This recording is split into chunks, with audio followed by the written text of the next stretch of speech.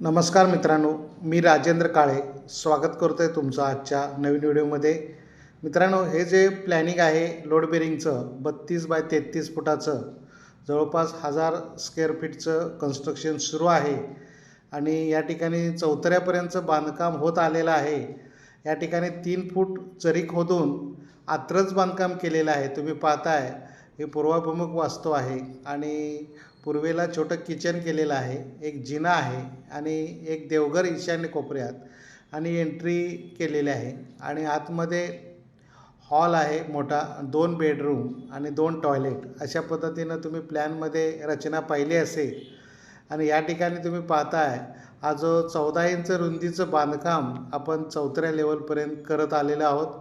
अजून 2 थर करणे बाकी आहे. याच्यावरती 2 थर या ठिकाणी बांधकाम करणार आहोत आणि त्यानंतर 6 इंच जाडीची या ठिकाणी रिंग असणार आहे RCC आणि त्यानंतर त्याच्यावरती 7 फुटापर्यंत बांधकाम आपलं थप्पी बांधकाम 9 इंच रुंदीचं होणार आहे. आणि हे स्लॅबचं कन्स्ट्रक्शन आहे. मित्रांनो, स्लॅबच्या कन्स्ट्रक्शनसाठी अशा प्रकारचं फाउंडेशन करायला हवं.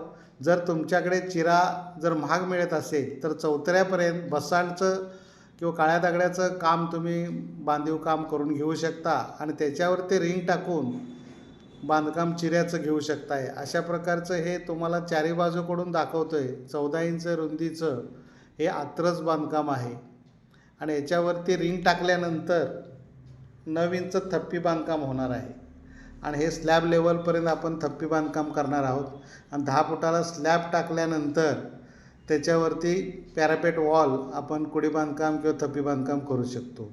तर अशा पद्धतीने हे सांदमोडसुद्धा बघणं गरजेचं आहे. बऱ्याच वेळेला बांधकाम करत असताना जर सांदमोड नसेल तर त्या ठिकाणी वॉल ब्रेक होण्याची शक्यता असते आणि म्हणून बरोबर सांदमोड जे आहे जॉईंट ब्रेक करणं गरजेचं आहे. तर अशा पद्धतीने कन्स्ट्रक्शन सुरू आहे. मित्रांनो, तुम्हाला जर चिऱ्यांबद्दल आणखीन काही माहिती हवी असेल किंवा प्लॅनिंग करून हवा असेल किंवा 3D इलेव्हेशन करून हवा असेल तर वरती जो नंबर दिलेला आहे त्या नंबरशी कॉन्टॅक्ट करा. असे आपण नवनवे व्हिडिओ आपण करत असतो.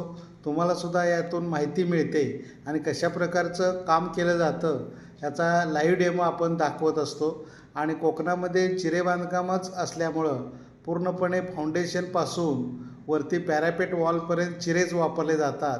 त्यामुळे आपले बरेचसे व्हिडिओ चिरे बांधकामाचेच आहेत.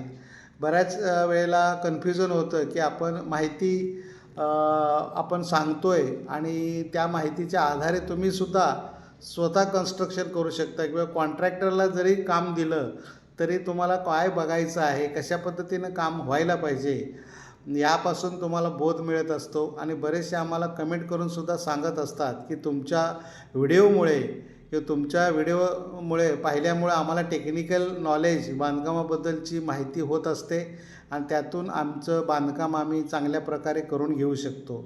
तर तुम्हालासुद्धा आणखीन काही बांधकामाबद्दल माहिती हवी असेल, प्लॅनिंग करून हवं असेल तर वरती जो नंबर दिलेला आहे त्या नंबरती कॉन्टॅक्ट करू शकता. अगदी सिम्पल कन्स्ट्रक्शन असतं मित्रांनो, पण चिरे बांधकाम हे साधं बांधकाम आहे. ह्याच्यामध्ये आपण कोरीव काम करायचं असेल, मोल्डिंग करायचं असेल, ग्रुप पॉइंटिंग करायचं असेल तर थोडा खर्च वाढतो. मात्र याचा जो खर्च आहे मित्रांनो, आता कोकणामध्ये साधारणतः 1000 स्क्वेअर फीट जर कन्स्ट्रक्शन करायचं असेल तर साधारणतः 17 ते 18 लाख रुपये स्लॅबच्या घराला येतात. कौलारूला 15 लाखापर्यंत येत असतं. पत्र्याचं त्याच्यापेक्षा कमी येऊ शकतं, पण 1700 ते 1800 पर स्क्वेअर फीट खर्च अपेक्षित आहे. तर आजचा व्हिडिओ आपण इथंच थांबवतो आहे. याच्या पुढचे सुद्धा काही सिरीज येतील. आजच्या व्हिडिओमध्ये इतकंच. थँक्यू, धन्यवाद.